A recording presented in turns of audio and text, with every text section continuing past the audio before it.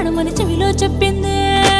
ఈ మాత్రం ఇంటే ఇస్తే సంటే కొట్టేనా, ఓ రెండు మూరల మల్లెల చేతికి చుట్టేనా. ఈ అల్లరి గాలేమో అల్లుకు పొమ్మందే, మాటలతోటి కాలక్షేపం మానేమంటుంది. కబడ్డీ కబడ్డీ